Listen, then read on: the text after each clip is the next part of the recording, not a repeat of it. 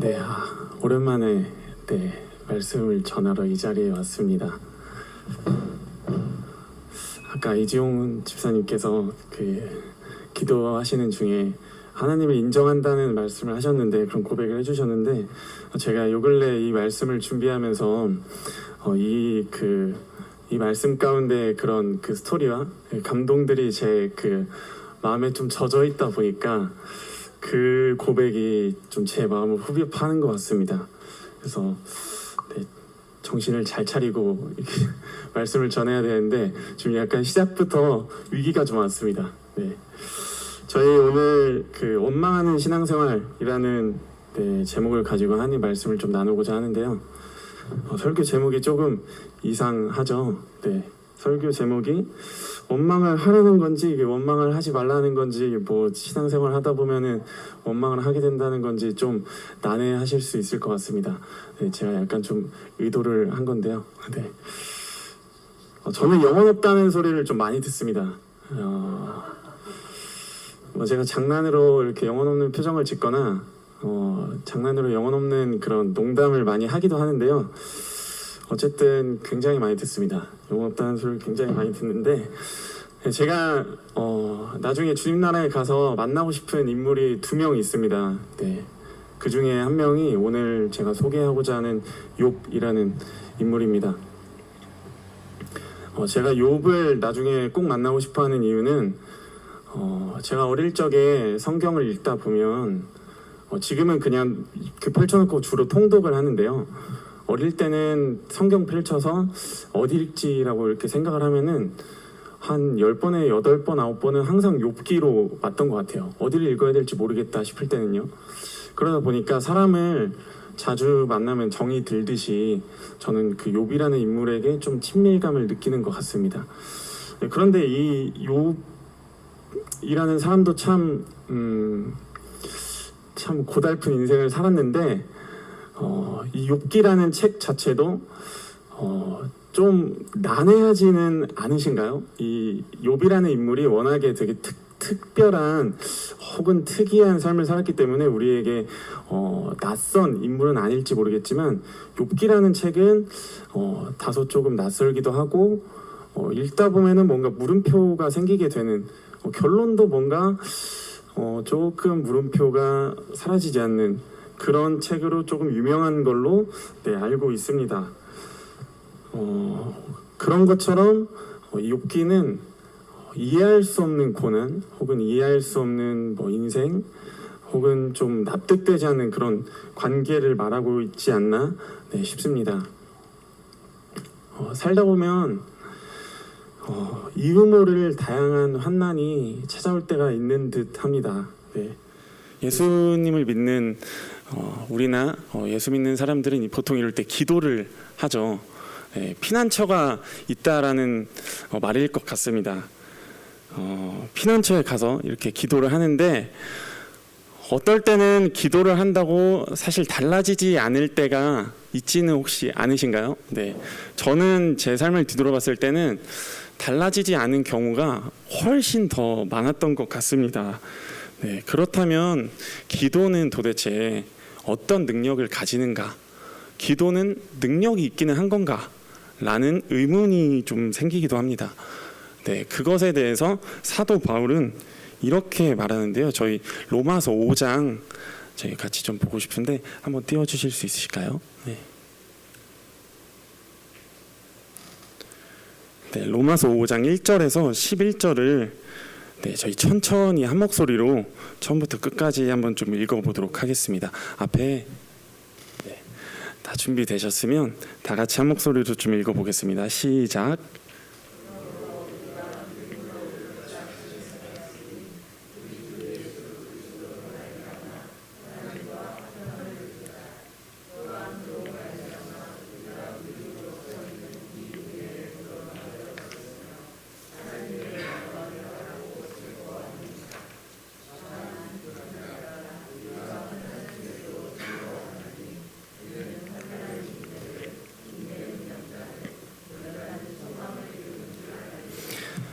소망이 우리를 부끄럽게 하지 아니함은 우리에게 주신 성령으로 말미암아 하나님의 사랑이 우리 마음에 부은 바 됨이니 우리가 아직 연약할 때에 기약대로 그리스도께서 경건하지 않은 자를 위하여 죽으셨도다. 의인을 위하여 죽는 자가 쉽지 않고 선인을 위하여 용감히 죽는 자가 혹 있거니와 우리가 아직 죄인 되었을 때에 그리스도께서 우리를 위하여 죽으심으로 하나님께서 우리에 대한 자기의 사랑을 확증하셨느니라. 그러면 이제 우리가 그의 피로 말미암아 의롭다 하심을 받았으니 더욱 그로 말미암아 진노하심에서 구원을 받을 것이니 곧 우리가 원수 되었을 때에 그의 아들의 죽으심으로 말미암아 하나님과 화목하게 되었은즉 화목하게 된 자로서는 더욱 그의 살아나심으로 말미암아 구원을 받을 것이니라. 그뿐 아니라 이제 우리로 화목하게 하신 우리 주 예수 그리스도로 말미암아 하나님 안에서 또한 즐거워하느니라. 아멘. 자, 여기서 제가 몇 구절을 로마서 5장 1절에서 11절 가운데 몇 절의 말씀을 조금 디테일하게 살펴보고 싶습니다. 먼저 1절인데요. 그러므로 우리가 믿음으로 의롭다 하심을 받았으니, 자, 여기서 제가 한번 좀 끊겠습니다. 그리고 우리 주 예수 그리스도로 말미암아 하나님과 화평을 누리자. 네, 바울은 여기서 의롭다 하심을 우리는 이미 받았다. 그런데 화평을 누리자. 이미 받았다. 그리고 이제 누리자라고 말을 하고 있습니다. 화평을 이미 받았으니 그 덕분에 우리는 누리고 있다 정도가 조금 문맥상으로 적절할 것 같은데, 바울은 이미 받았고 이제 누리자라고 이렇게 말을 하고 있습니다.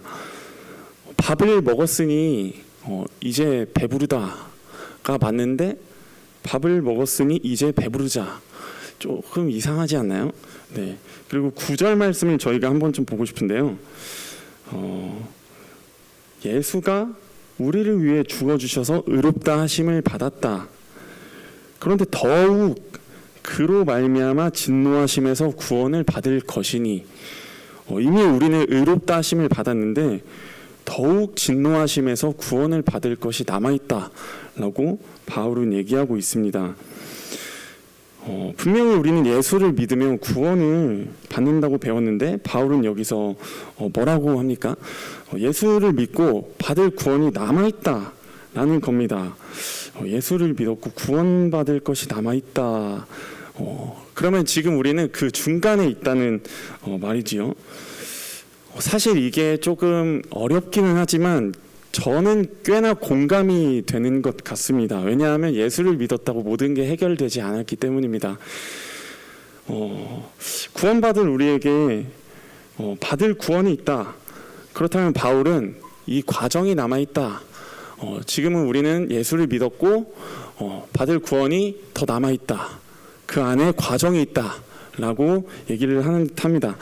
최근에 혹시 배고파서 슬프거나 눈물을 흘리셨던 분이 계십니까? 다른 배경을 차치하고 실제로 배가 고파서 막 눈물을 흘리고 이러셨던 분이 계십니까? 아마 없으실 것 같은데요. 우리는 이제는 배고프다고 눈물을 흘리지는 않습니다.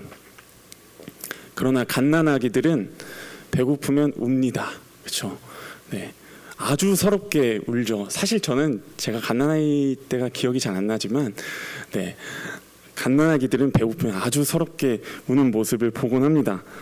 그러면 우리는 갓난아기들과 어떤 게 다른 걸까요? 네. 저는 조금 이런 생각이 들더라고요. 우리는 배고플 때, 아마 저도 기억은 안 나지만 갓난아기 때 배고프다고 울었을 것 같아요. 네. 그런데 그럴 때 밥을 먹었더니 그 배고픔이 해결이 됐었겠죠. 네. 그리고 그 배고플 때 반복되는 그 배고픔에 계속 먹었더니 이제는 그 반복되는 배고픔을 이겨나갈 방법을 배워서 이제는 더 이상 눈물을 흘릴 정도로 슬프지는 않나 싶습니다. 네, 여기서 바울은 환난은 우리에게 인내와 연단을, 그리고 그 마지막에는 소망을 이룬다고 말하고 있는데, 이런 경우들이 있어요. 배고프면 뭔가를 먹고 싶다. 밥을 먹어야겠다라고 생각하는 사람들이 있지만 배고플 때 내가 지금 배고프니까 내 식사가 더 맛있겠다 라고 생각하는 사람들이 있습니다. 그 맛있는 녀석들이라는 TV 프로가 있는데 거기에 그 잘 드시는 분들이 나오세요. 네, 근데 거기에 한 출연자 분께서 이런 말을 하더라고요. 자기는 더 맛있게 먹기 위해서 일부러 참는다. 네, 더 배고파지면 더 맛있어지기 때문에 일부러 참는다고 하더라고요. 네, 그런 것처럼 배고플 때 더 이상 울지 않고 오히려 반대로 더 맛있겠다 라고 하면서 더 기대하는, 더 즐거움을 누리는 사람이 환난을 통해, 인내와 연단을 통해 소망을 얻었다는 사람일 것입니다. 다시 욥기로 좀 돌아오겠습니다. 오늘 나눌 욥기는 총 42장으로 이루어져 있는데요. 욥이라는 인물과 세 친구, 그리고 후반부에 나오는 또 다른 한 명의 인물과 하나님의 대화로 욥기는 구성되기 때문에 배경이 없이는 쉽게 오해할 수 있는 책이 아닌가 싶습니다. 예를 들어 어느 가게나 사업장에 달려있는 말씀 액자 중에 상당한 점유율을 차지하고 있는 네 시작은 미약하였으나 네 나중은 심히 창대하리라 라는 말씀이 이 욥기 8장에 등장하는 말씀인데요. 이 말씀은 사실 우리에게 되게 응원이 되는 듯 하지만 사실은 의로운 사람이었던 욥이 잘못이 있기 때문에 너는 지금 고난을 받는 것이다 라고 정죄하는 욥의 친구 소발의 정죄의 말이었습니다. 그런 것처럼 우리는 욥기의 그런 스토리와 배경에 조금 더 주목을 하면서 말씀을 이어나가 보려고 합니다. 먼저 욥기 1장은 욥에 대해서 이렇게 소개를 합니다. 제가 한번 좀 읽어볼 텐데요. 우스 땅에 욥이라는 사람이 있었다. 그 사람은 온전하고 정직하여 하나님을 경외하며 악에서 떠난 자였다. 자녀가 10명, 양이 7,000마리, 낙타가 3,000마리, 소가 500결이, 암나귀가 500결이이며 종도 많이 있었으니 이 사람은 동방 사람 중에 가장 훌륭한 자였다. 욥이 의로운 사람이었다는 것은 하나님께서 인정하신 그 말씀이었습니다. 그 뒤에도 하나님께서 직접 말씀하시는 부분이 또 말씀 중에 나오는데요. 여기서 말하는 가장 훌륭한 자였다는 것은 인품이 좋다라는 정도로는 불충분할 것입니다. 그리고 엄청나게 갑부였다는 말로도 불충분할 것입니다. 1절 말씀이 증언하듯이 욥기 1장 1절은 우스 땅에 욥이라는 사람이 있었고 그는 온전하고 정직하였다가 하나님을 경외하고 악에서 떠난 자였다고 욥기 1장 1절이 증언하는데요. 1절 말씀이 증언하듯이 그는 그런 복을 받을 정도로 엄청나게 하나님을 경외했다. 동방 사람 중에 가장 훌륭한 사람이었던 욥은 동방 사람 중에 가장 하나님을 경외했던 자였다 라고 우리가 봐도 무방하지 않을 듯 싶습니다. 그가 얼마나 지독하게 하나님을 경외했는지는 여기서 끝나지 않습니다. 그는 10명의 자녀의 생일 때마다 잔치를 벌였는데, 즉 생일 파티를 벌였는데 그 이후에 그 자녀들이 마음으로라도 하나님을 욕되게 하지 않을까 번제를 또 드렸대요. 여기서는 그 자녀들의 죄된 행동이 보여서 그것에 대한 회개 혹은 그것에 대한 번제를 드린 것이 아니라 보여서 보이지 않는데 혹시 마음으로라도 죄를 범하지 않았을까 하는 마음에 번제를 드렸다고 합니다. 그런데 어느 날 사탄이 세상 곳곳을 쏘다니다가 하나님 앞에 나섭니다. 하나님이 너 어디 갔다 왔느냐 라고 이렇게 질문을 하는데요. 사탄이 여기저기 돌아다니다가 왔다라고 하는데 하나님이 거기서 먼저 욥의 이름을 꺼내십니다. 그러면 너는 내 종 욥을 보았겠네 라고 먼저 말씀을 꺼내십니다. 그럴 정도로 욥은 하나님의 어깨를 으쓱이게 하는 하나님의 자랑이었어요. 그런데 사탄이 여기서 욥에 대해 시비를 겁니다. 그러다 보니까 하나님은 욥이 사탄이 뭐라고 시비를 거냐면 하나님이 그만큼 많은 부를 주시고 많은 축복을 주셨기 때문에 욥이 하나님을 경외하는 것입니다라고 하는데, 하나님이 여기서 반박하면서 욥은 그런 사람이 아니라 욥은 나를 그만큼 경외하는 자다. 너가 맘대로 한번 네 맘대로 해봐라. 단 생명은 건들지 말라. 네 맘대로 한번 해봐라. 라고 하면서 이제 사탄의 그런 이제 욥의 고난이 시작이 되는 거죠. 욥은 그런 고난을 받으면서 하루아침에 자녀 10명이 모두 죽습니다. 네, 그리고 재산이 송두리째 날아가 버립니다. 네, 그런 와중에도 욥은 하나님이 나에게 복을 주셨으니 화도 주신다 라고 하면서 자기의 의로움을 잃지 않습니다. 네, 그러면서 이제 욥의 새 친구가 등장을 하는데요. 욥의 새 친구는 사실 되게 좋은 친구들이었던 것 같아요. 얼마나 좋은 친구들이었냐면 욥의 그런 슬픈 소식을 듣고 멀리서 이렇게 떠나와서 욥을 위로합니다. 그리고 욥의 온몸에 욕창이 나서 욥의 그 얼굴을 알아보기조차 힘든 상황이었는데 그 세 친구들이 그 모습을 보면서 그 자리에 쓰러져 자기 가슴을 뜯으면서 눈물을 흘려요. 그럴 정도로 욥의 친구들은 좋은 친구들이었던 것 같습니다. 그런데 이제 이 고난이 점점 길어집니다. 고난이 길어진다는 게 또 하나의 문제일 텐데, 그러다 보니 이제 욥은 하나님을 원망하기 시작합니다. 그리고 이 친구들은 욥을 정죄하기 시작하죠. 사실 이 자녀 10명이 갑자기 이유 모르게 죽는 것도 서럽고 자기 재산이 모두 날아간 것도 서러울 텐데, 욥의 가장 큰 서러움은 이것이 아니었을까 싶습니다. 하나님 도대체 어디서 뭐하고 계십니까? 네. 내가 당신을 이렇게 경외하고 내가 이렇게 악에서 떠나려고 이렇게 용을 쓰면서 살았는데 도대체 하나님은 왜 내 고난에 침묵하십니까? 도대체 하나님은 어디서 뭐 하시는 겁니까? 라고 말하는 것이 욥에게 가장 큰 서러움이지 않았을까 싶습니다. 그러는 와중에도 욥은 하나님의 그 절대적인 권위, 이 세상을 지으신 하나님의 그 절대적인 권위를 인정하면서도 하나님은 내 고난을 지금 내 자녀가 그리고 내 모든 재산이 송두리째 날아간 것처럼 내 고난을 바로 없애실 수 있는 분이신데 왜 그러지 않으시냐, 왜 하나님이 뜻을 바꾸지 않으시냐라고 불평하고 원망하고 소리 지르고 난리를 피는 겁니다. 네,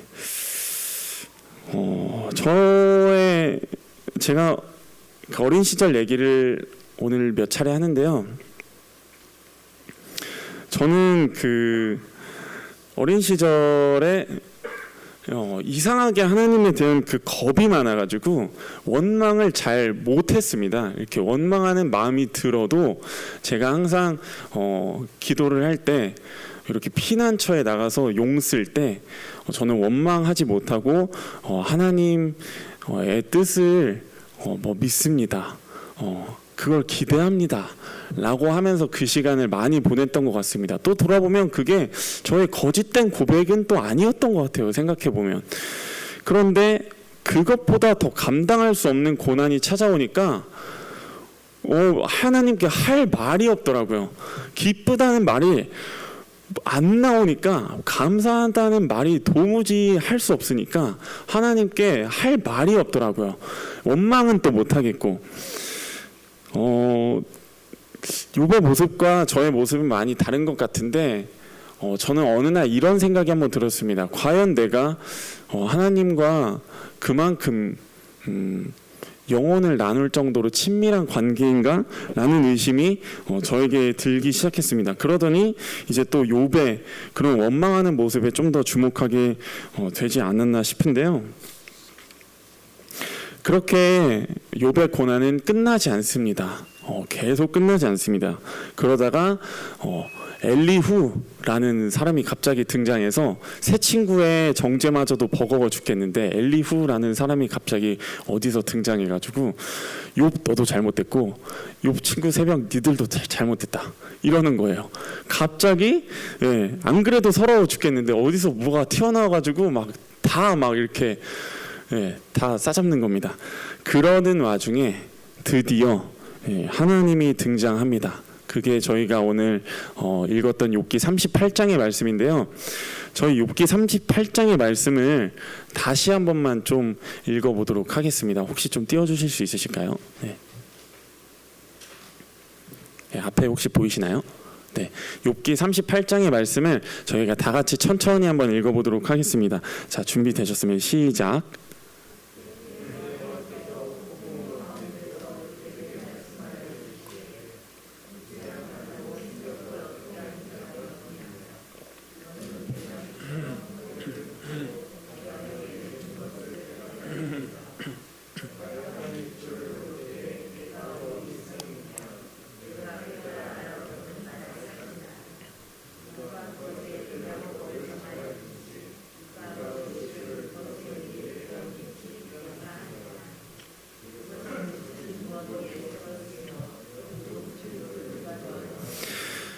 그때 새벽별들이 기뻐 노래하며 하나님의 아들들이 다 기뻐 소리를 질렀느니라.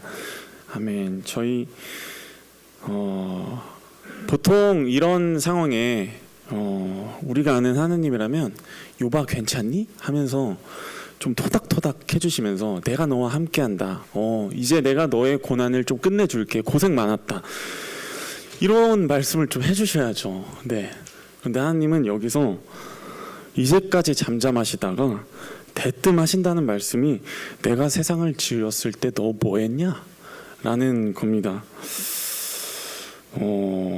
저희가 38장 1절에서 7절까지만 읽었는데요. 사실은 하나님의 이런 질문은 40장까지 계속 이어집니다. 계속 쏘아붙이시는 거예요. 사람한테 그렇게 들어도 아주 그 얼이 나갈 것 같습니다. 이 38, 39, 40장 보면은 막 뭐 이렇게 대답할 겨를이 없어요. 그냥 얼이 나갑니다.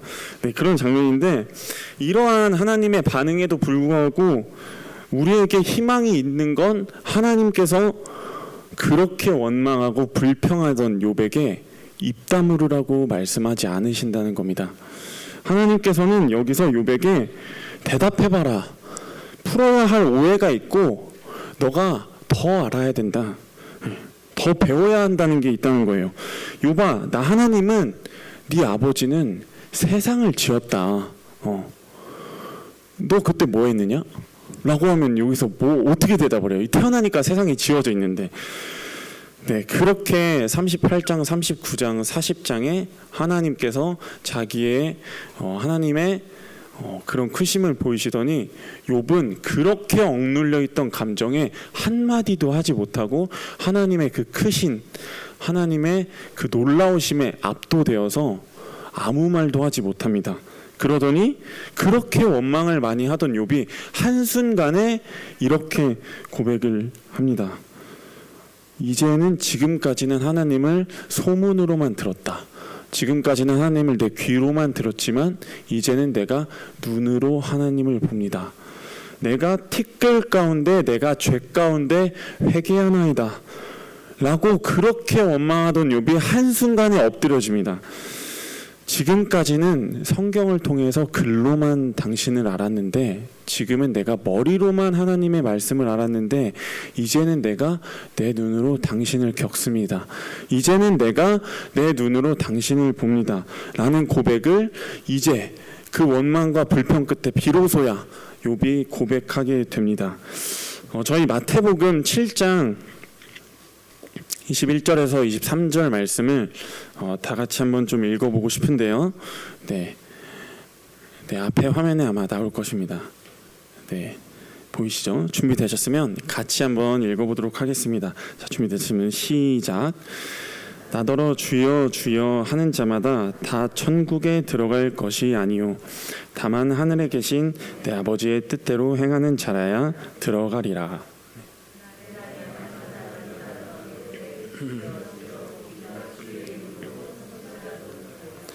주의 이름으로 귀신을 쫓아내며 주의 이름으로 많은 권능을 행하지 아니하였나이까 하리니 그때 내가 그들에게 밝히 말하되 내가 너희를 도무지 알지 못하니 불법을 행하는 자들아 내게서 떠나가라 하니라. 아멘. 자, 여기서 이 하나님께서, 이 예수님께서 말씀하신 이 거짓 선지자, 불법을 행하고 있다고 말씀을 하십니다. 그런데 이 마태복음 말씀에 보면은 이 전절에 보면은 사실 이 거짓 선지자들은 꽤나 우리가 보기에는 괜찮은 선지자들이었어요. 권능도 행하고 능력도 행하고 그리고 꽤 겉모습도 꽤 거룩해 보이는 사람이었습니다. 그런데 예수님이 여기서 뭐라고 하시냐면 나는 그들을 도무지 알지 못한다. 예. 주여 주여 뭐 기쁩니다 기쁩니다 믿습니다 믿습니다 한다고 하지만 나는 그들을 알지 못한다 라고 말씀을 하시는 거예요.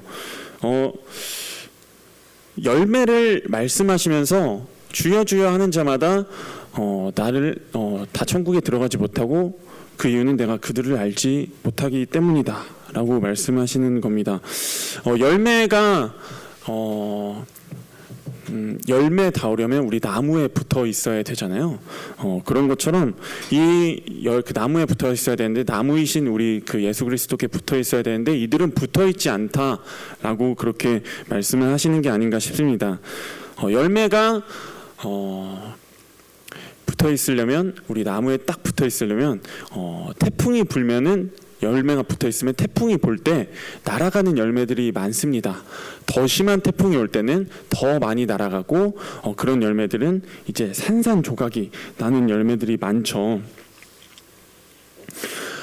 그런데 그러려면 우리가 열매가 맺어져서 딱 붙어 있으려면 뗄래야 뗄 수 없는 관계가, 뗄래야 뗄 수 없는 나무와 열매의 관계가 되어야 되지 않나 싶습니다. 저희는 보통 많은 경우에 하나님께 감사하고, 그리고 하나님의 그런 고난에도 기뻐해야 되는 그런 말씀에 우리가 좀 더 주목하지는 않나 싶습니다. 감사하라고 하셨으니 감사해야죠. 네, 그리고 기뻐하라고 하셨으니 기뻐해야 하고, 이 기쁨 없는 세상에서 기뻐해야 하는 존재들로 부름 받은 게 우리일 줄을 저는 믿습니다. 그렇기 때문에 그렇게 기쁨과 감사가 너무나도 중요하지만, 내 마음에 기쁨이 없고 내 마음이 감사가 없는데 도대체 그때는 하나님, 나는 당신에게 뭐라고 말해야 되나요? 라는 것입니다.